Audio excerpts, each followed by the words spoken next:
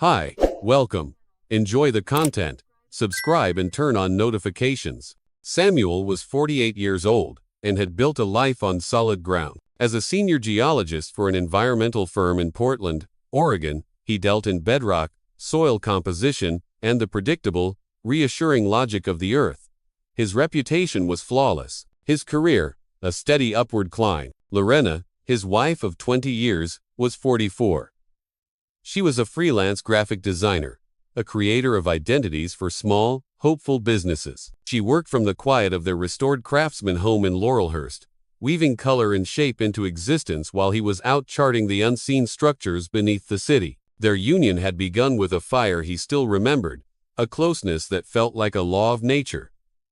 But now, that law seemed to be in question. The foundation was shifting, and Samuel couldn't pinpoint the precise moment the first hairline crack had appeared. Their mutual decision, made early and with a confidence that now seemed naive, had been to not have children. Samuel had never felt a moment's regret over it, or so he had always believed. The first signs were subtle, imperceptible tremors before the real quake. Lorena began to speak of their routine as if it were a cage. "Everything is so predictable, Sam," she'd said one evening, pushing her food around her plate. He tried to understand. He was a problem solver. He proposed a change. "Let's finally take that trip up the coast. A whole week. No phones." They'd always talked about it. She dismissed it with a wave of her hand, her eyes not leaving the screen of her laptop. "I'm swamped with this new branding project. The deadline is brutal." He suggested they resume their Sunday morning hikes in Forest Park, a ritual they had let slide. "I just don't have the energy for it," she'd sighed. He proposed weekend trips to the coast, dinners at the new restaurants she used to be excited about, even adopting a dog from the shelter. Each suggestion was met with a polite, but firm, refusal, an indifference that was somehow worse than an argument. It was on a rainy October night, the kind where the water streams down the window panes like tears, that the first major tremor hit. They were eating in silence in the kitchen. The only sounds were the scrape of a fork on a plate and the relentless drumming of the rain. "Things have cooled between us, Samuel." She said it while looking down at her plate, as if commenting on the temperature of her meal. A cold fist clenched in Samuel's chest, but he forced his voice to remain steady, rational. "What does that mean, Lorena? Exactly. Is there something I can do?" She sighed, a long, weary sound that seemed to drain all the air from the room. "Some things just can't be fixed. Maybe this is just what happens. The natural course." He insisted on couples therapy. "I don't believe in that sort of thing," she said, shutting the conversation down completely. The conversation ended there, but it left Samuel with a hollow ache, a void he couldn't map or measure. The seed of suspicion, small and dark, had been planted, and in the weeks that followed, it began to grow. The distance became a physical presence in the house. A wall of glass built between them, invisible but solid. Lorena spent hours locked in her office. "Deadlines," she'd say, her voice muffled through the door. Samuel told himself he was respecting her space, her work. But he wasn't. He was listening. He was watching. She started going out more often in the evenings. Client meetings, she'd explain, applying her lipstick in the hall mirror, avoiding his gaze. Brainstorming sessions with collaborators. She would come home late, sometimes close to midnight.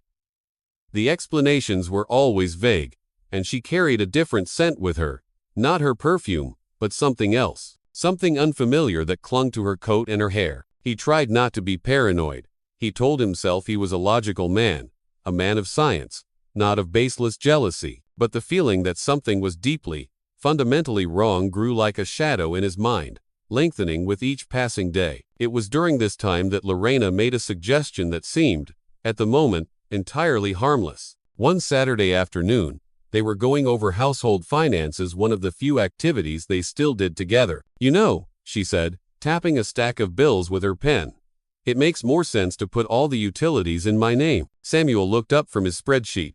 "Why?" "I work from home. I'm the one who deals with this stuff all day. It'll just be easier for me to manage everything online. Simpler." He saw no issue with it. He trusted Lorena, or rather, he wanted to believe he still did.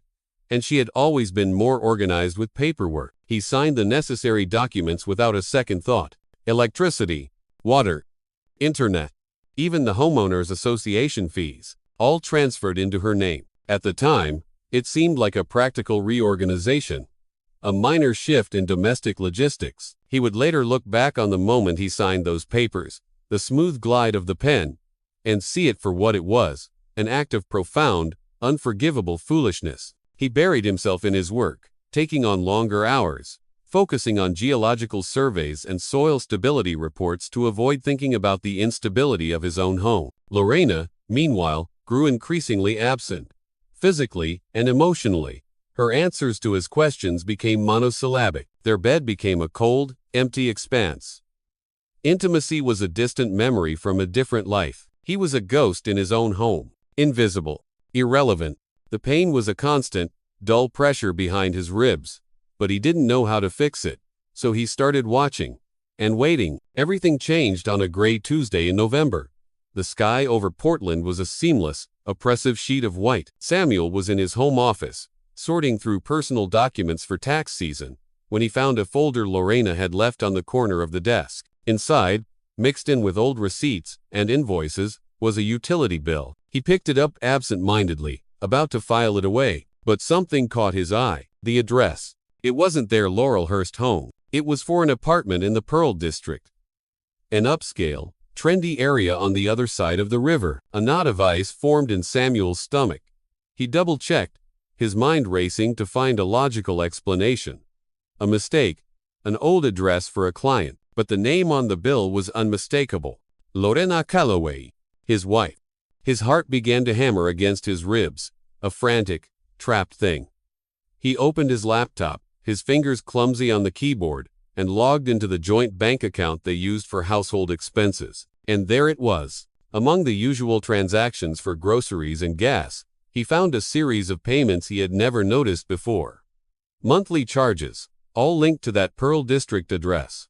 Electricity, water, internet, condo fees, all paid by Lorena, all for an apartment Samuel had never known existed.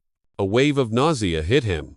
The pieces began to fall into place, not with a gentle click, but with the sickening crunch of a collapsing structure. The client meetings, the late nights, the emotional distance, the unfamiliar perfume, the cooling of their marriage. Samuel was not a man who hesitated. His nature as a geologist had taught him to assess data, identify the fault lines, and act quickly before everything came tumbling down. The pain was there, sharp and blinding. But beneath it, something else was crystallizing. An anger so cold and clear it felt like a diamond forming under immense pressure. He grabbed his phone, wrote down the address, and without a second thought, left the house that same afternoon. The drive to the Pearl District took only 20 minutes, but it felt like an eternity. He was filled with a mix of rage, grief, and a strange, determined calm. He needed to see it. He needed to confirm what he already knew, deep down, to be the truth. He needed to stand on solid ground, even if that ground was the rubble of his own life. The building was elegant and modern, all glass and steel, with a secure entrance and underground parking. A perfect place to hide a secret. Samuel parked across the street, in a spot where he had a clear view of the main entrance. He waited. His hands gripped the steering wheel, his jaw clenched so tightly it ached. He didn't have to wait long. About 40 minutes later, a familiar car appeared, Lorena's silver sedan. She pulled into the garage entrance and got out, but she wasn't alone. Standing beside her was a man Samuel recognized immediately. Devon, a freelance photographer she'd said she was collaborating with on recent projects. He was around 35, clean-shaven, dressed in the kind of casual clothes that cost more than Samuel's best suit. Samuel watched as they walked together toward the entrance, laughing at something Devon had said.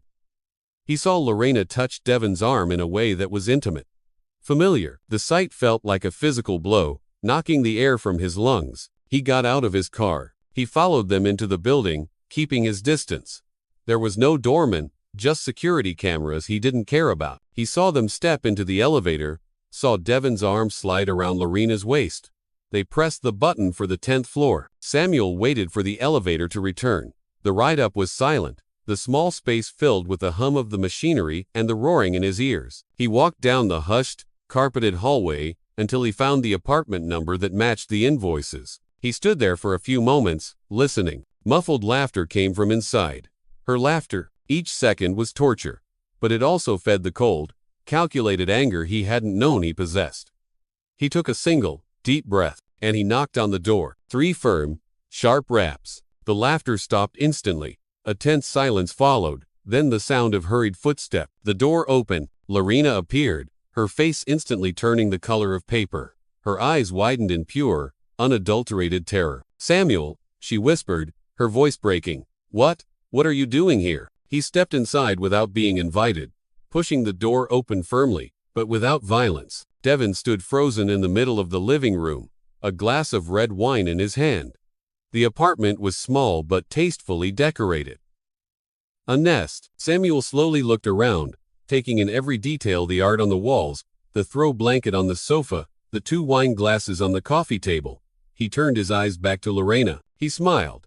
But it was a smile devoid of all warmth, a cold baring of teeth. "You said things had cooled between us, Lo.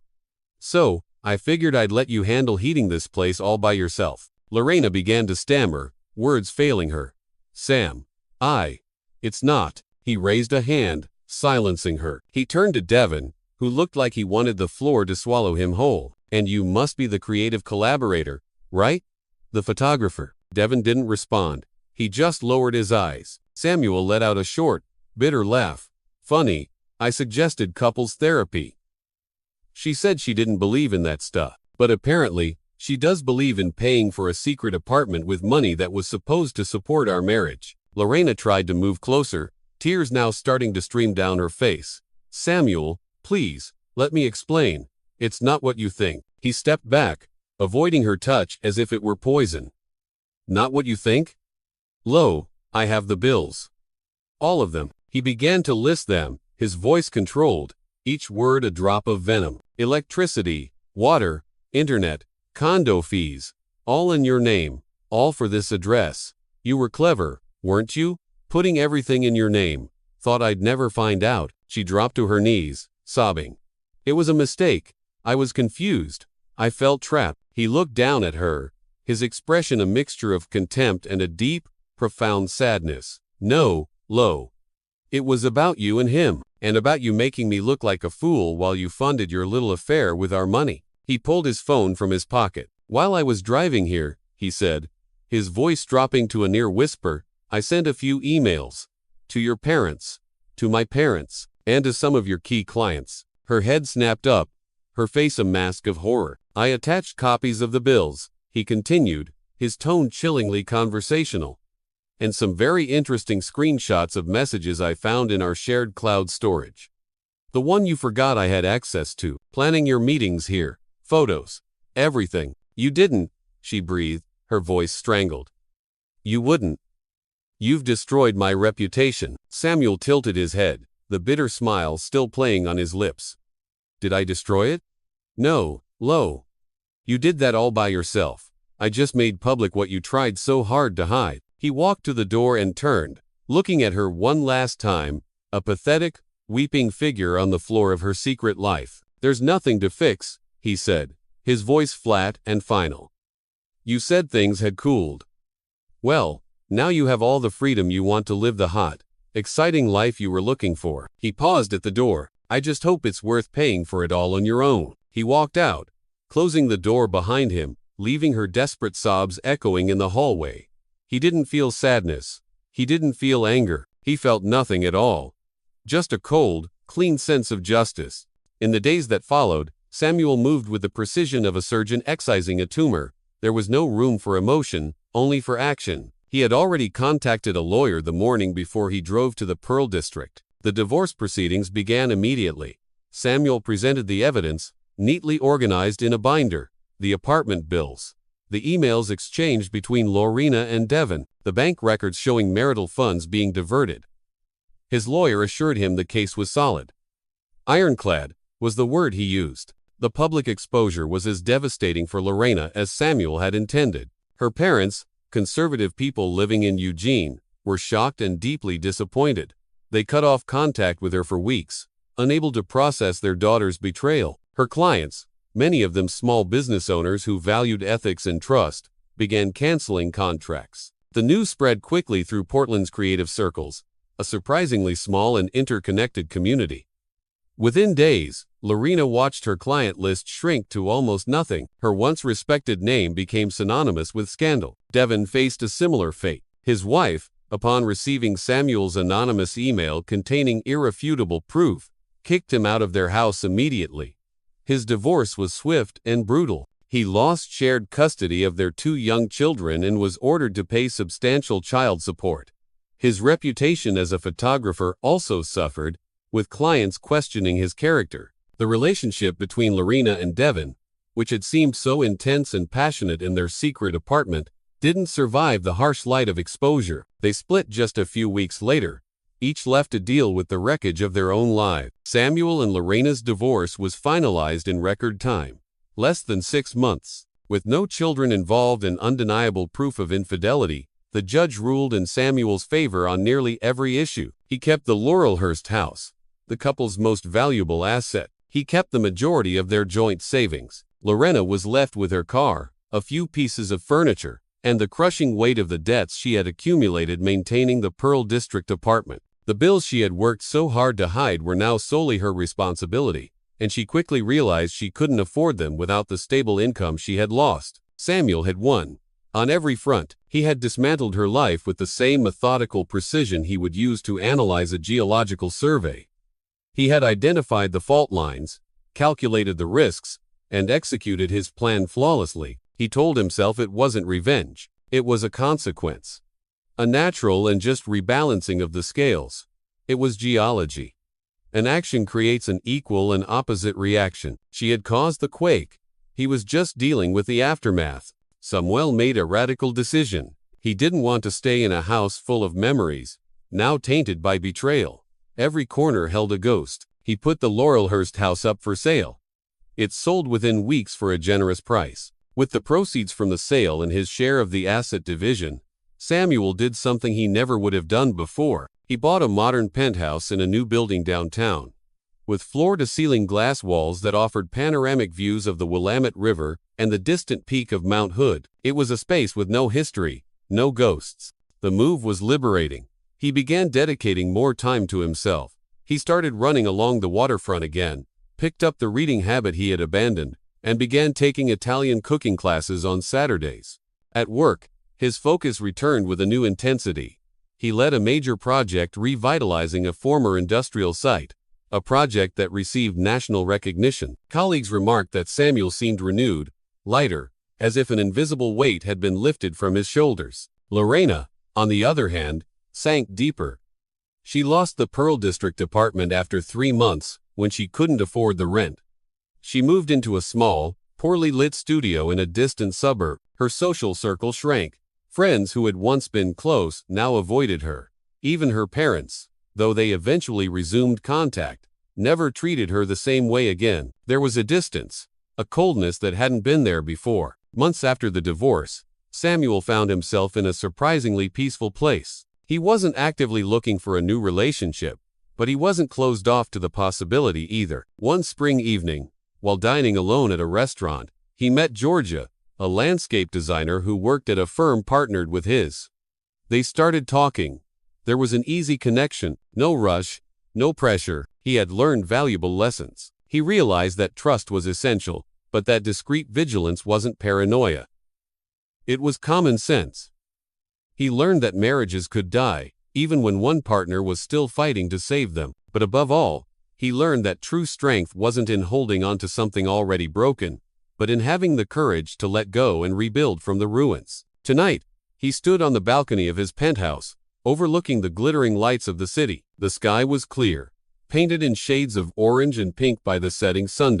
A gentle breeze blew in from the river, carrying the scent of salt and freedom. He held a glass of red wine, not to forget, but to celebrate. To celebrate the truth revealed, justice served, and the life he had rebuilt with his own hands. The apartment was warm, not from electricity paid for with lies, but from the genuine warmth of an honest, well-earned fresh start. He smiled to himself, a calm and sincere smile. Yes, things had cooled, but only for Lorena, who now reaped the winter she had sown, all on her own. Thank you for watching the video. If you enjoyed it, Don't forget to subscribe to the channel and turn on notifications so you won't miss any updates. See you next